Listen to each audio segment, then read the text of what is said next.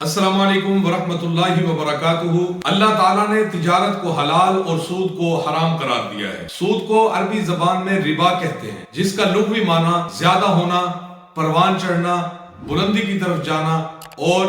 شرعی اصطلاح میں ربا کی تعریف یہ ہے کہ کسی کو اس شرط پر سود کے ساتھ قرض دینا یا کوئی رقم ادھار دینا یا کچھ چیز دینا کہ واپس کرتے وقت کچھ چیز یا کچھ رقم زیادہ لے گا۔ مثلا کسی کو سال یا 6 ماہ کے لیے 100 روپے قرض دیے تو اس پہ یہ شرط کر لی کہ وہ 100 روپے کے ساتھ 120 روپے لے گا۔ مہلت کے عوض یہ جو 20 روپے زیادہ لیے گئے ہیں یہ سود ہے۔ قرآن و سنت میں سود کی حرمت، مذمت اور سزا اور متعدد نصوص وارد ہوئی ہے، جس سے اس کی قباحت اور شناعت کا بخوبی اندازہ ہو سکتا ہے۔ ان میں سے چند ایک کا تذکرہ آپ کے سامنے رکھتے ہیں۔ ناظرین کرام، اللہ رب العزت قرآن مجید میں اعلان فرماتے ہیں، یا ایھا الذین آمنوا اتقوا اللہ وذروا ما بقی من الربا ان کنتم مؤمنین فإن لم تفعلوا فأذنوا بحرب من اللہ ورسولہ وإن تبتم فلکم رؤوس اموالکم لا تظلمون ولا تظلمون وَإِن كَانَ ذُو عُسْرَةٍ فَنَظِرَةٌ إِلَى مَيْسَرَةٍ وَأَن تَصَدَّقُوا خَيْرٌ لَكُمْ إِن كُنتُمْ تَعْلَمُونَ۔ فرمایا وَاتَّقُوا يَوْمًا تُرْجَعُونَ فِيهِ إِلَى اللَّهِ ثُمَّ تُوَفَّى كُلُّ نَفْسٍ مَا كَسَبَتْ وَهُمْ لَا يُظْلَمُونَ۔ ناظرین کرام، یہ سورۃ البقرہ کی آیت نمبر 278 تا 281 آپ کے سامنے تلاوت کی گئی ہے۔ اس میں اللہ تعالیٰ فرماتے ہیں، اے لوگو جو ایمان لائے ہو، اللہ سے ڈرو اور سود میں سے جو باقی ہے چھوڑ دو اگر تم مومن ہو۔ پھر فرمایا اگر تم نے یہ نہ کیا تو اللہ اور اس کے رسول کی طرف سے بڑی جنگ کا اعلان سن لو۔ اگر توبہ کر لو تو تمہارے لیے تمہارے اصل مال میں ہے، نہ تم ظلم کرو گے اور نہ تم پر ظلم کیا جائے گا۔ اور اگر کوئی تنگی والا ہو تو آسانی تک مہلت دینا لازم ہے، اور یہ بات کہ صدقہ کرو تمہارے لیے بہتر ہے اگر تم جانتے ہو۔ فرمایا اور اس دن سے ڈرو جس دن اللہ تعالی کی طرف لوٹائے جاؤ گے، پھر ہر شخص کو جو اس نے کمایا اس کا پورا بدلہ دیا جائے گا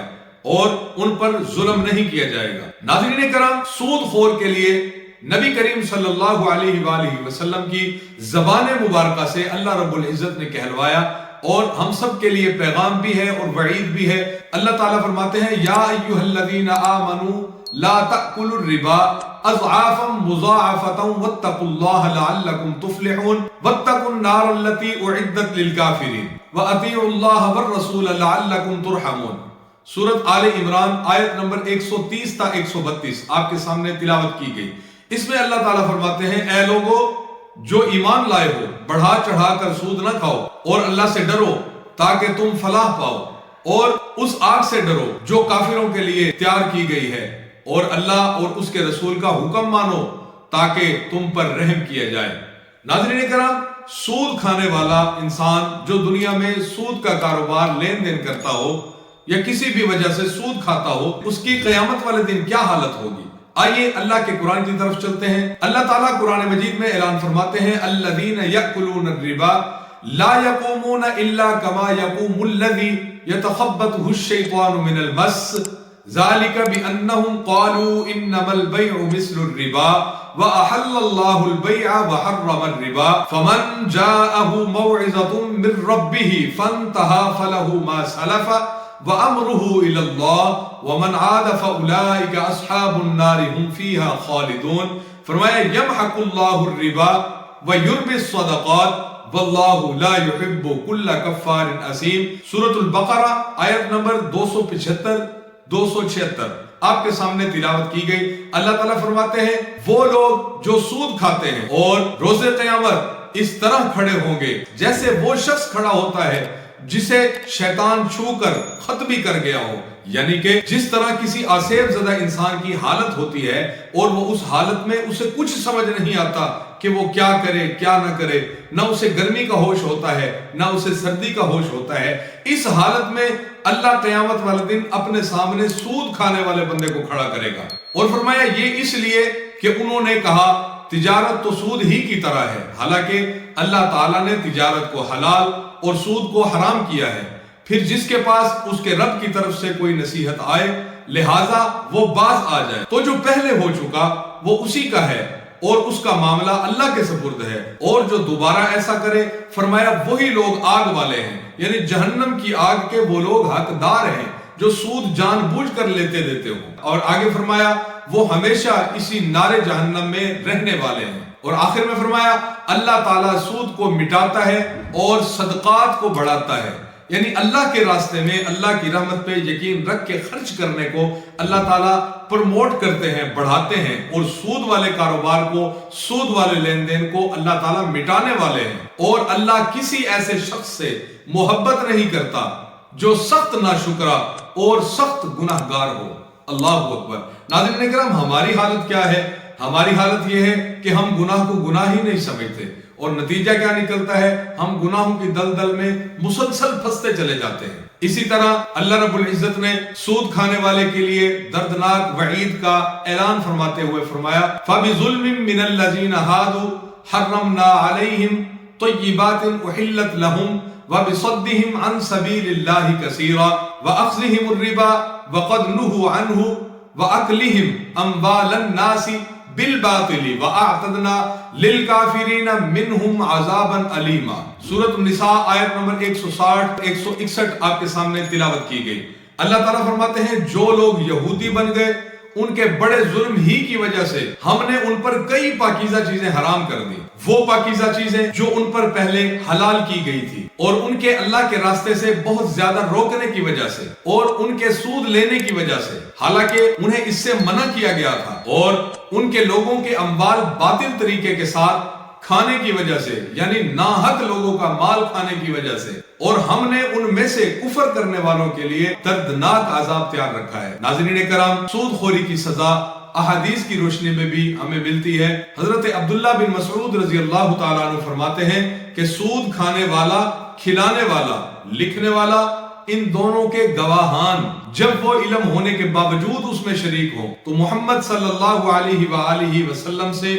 وہ لوگ ملعون قرار پائے ہیں، یعنی ایسے لوگ جو سود کھاتے ہیں، سود کھلاتے ہیں، یا گواہان مقرر کرتے ہیں، یعنی جس طرح کسی کاروبار میں سود کے لیتے دیتے وقت دو گواہان ہوتے ہیں، اگر ان گواہوں کو پتہ ہو وہ بھی،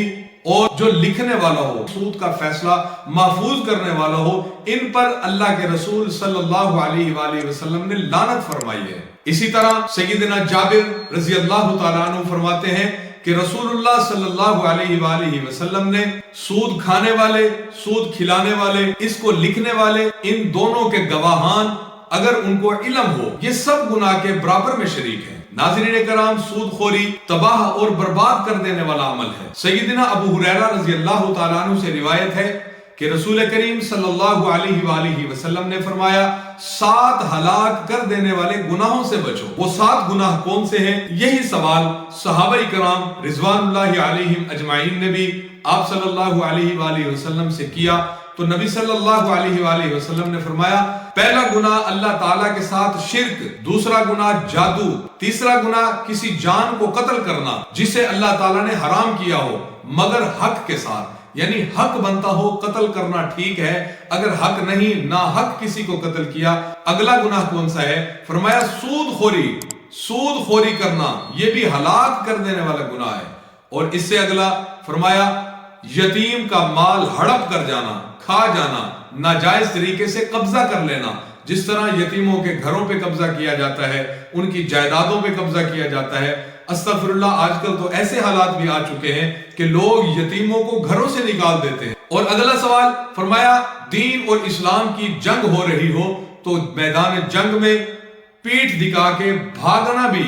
ہلاک کر دینے والے گناہوں میں سے ایک گناہ ہے۔ اور فرمایا پاک دامن گناہوں سے غافلہ مومنہ عورتوں پر تہمت اور بہتان لگانے والا یہ گناہ بھی ایسا گناہ ہے کہ جس کے بارے میں فرمایا کہ یہ ہلاک کر دینے والے گناہ ہیں۔ ناظرین، یہ 7 گناہ ایسے تھے جو آقا مدنی علیہ السلام نے اپنے امتیوں کے لیے پیغام دیا اور فرمایا کہ ان گناہوں سے بچو، اگر تم نہیں بچو گے تو ہلاک ہو جاؤ گے۔ ناظرین کرام، اب اگلا سوال یہ آتا ہے کہ سود کھاتے رہیں، ساتھ توبہ بھی کرتے رہیں،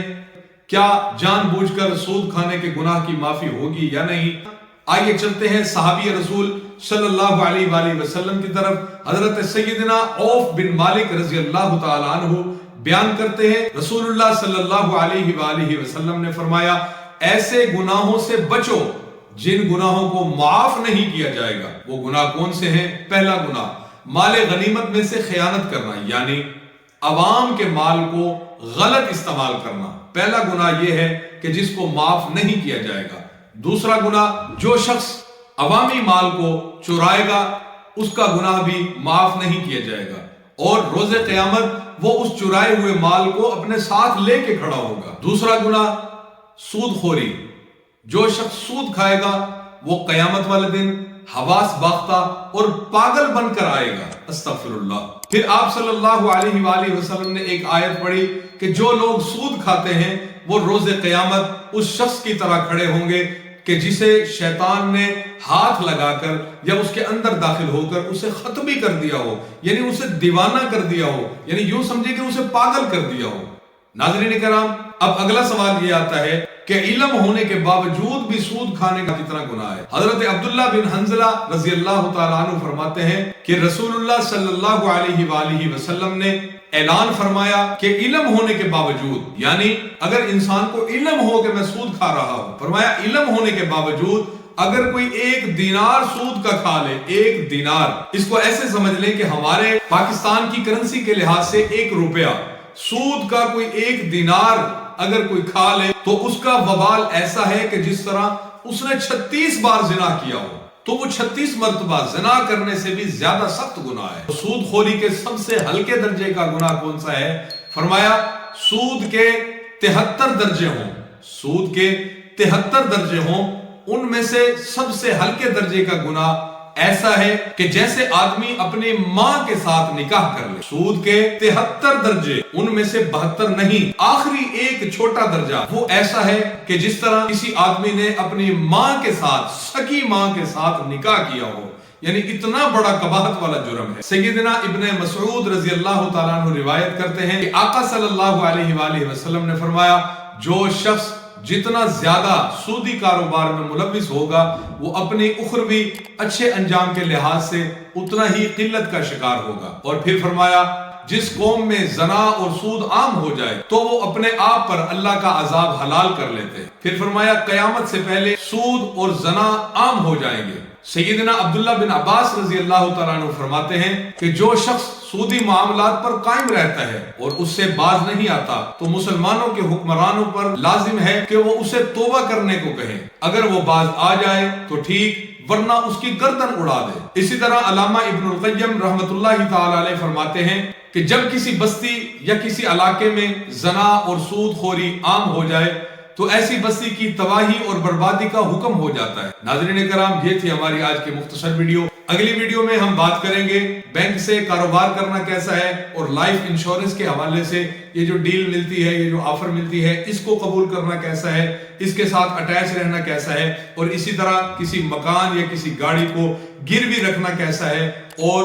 پیسے یہ جو لوگ شادیوں پہ نئے نوٹ لیتے ہیں اور پرانے دیتے ہیں اور کچھ پیسے اضافی بھی ساتھ دیتے ہیں، اس کے بارے میں شرعاً کیا حکم ہے، علماء کی تحقیق کی جائزے سے انشاءاللہ آنے والے پارٹ میں ہم آپ کو آگاہ کریں گے۔ اگر آپ کو اس ویڈیو سے کچھ سیکھنے کو ملا ہے، اگر آپ کا ایمان تازہ ہوا ہے، اگر اللہ کا خوف آپ کے دل میں زیادہ ہوا ہے اور سود سے ہلکی پھلکی نفرت ہوئی ہے، تو آپ سے گزارش ہے کہ ہماری ویڈیو کو لائک ضرور کر دیں اور چینل کو ضرور سبسکرائب کیجئے گا، گھنٹی کے نشان کو بھی ضرور دبا دیں، اور کمنٹ باکس میں اپنی قیمتی رائے سے ہمیں ضرور آگاہ کیجئے، اور اس ویڈیو کو صدقہ جاریہ سمجھ کر شیئر بھی کر دیں، اور اس چینل کو اپنے دوستوں اور فیملی والوں اور رشتہ داروں کو ضرور سبسکرائب کروائیں تاکہ اس صدقہ جاریہ میں آپ بھی شریک ہو سکیں، میرے ساتھ ساتھ آپ بھی نیکیوں کے برابر حقدار بن جائیں۔ اب تک کے لیے اتنا ہی، ملتے ہیں ایک نئی ویڈیو کے ساتھ، تب تک کے لیے اجازت دیجیے، اللہ حافظ، السلام علیکم ورحمۃ اللہ وبرکاتہ۔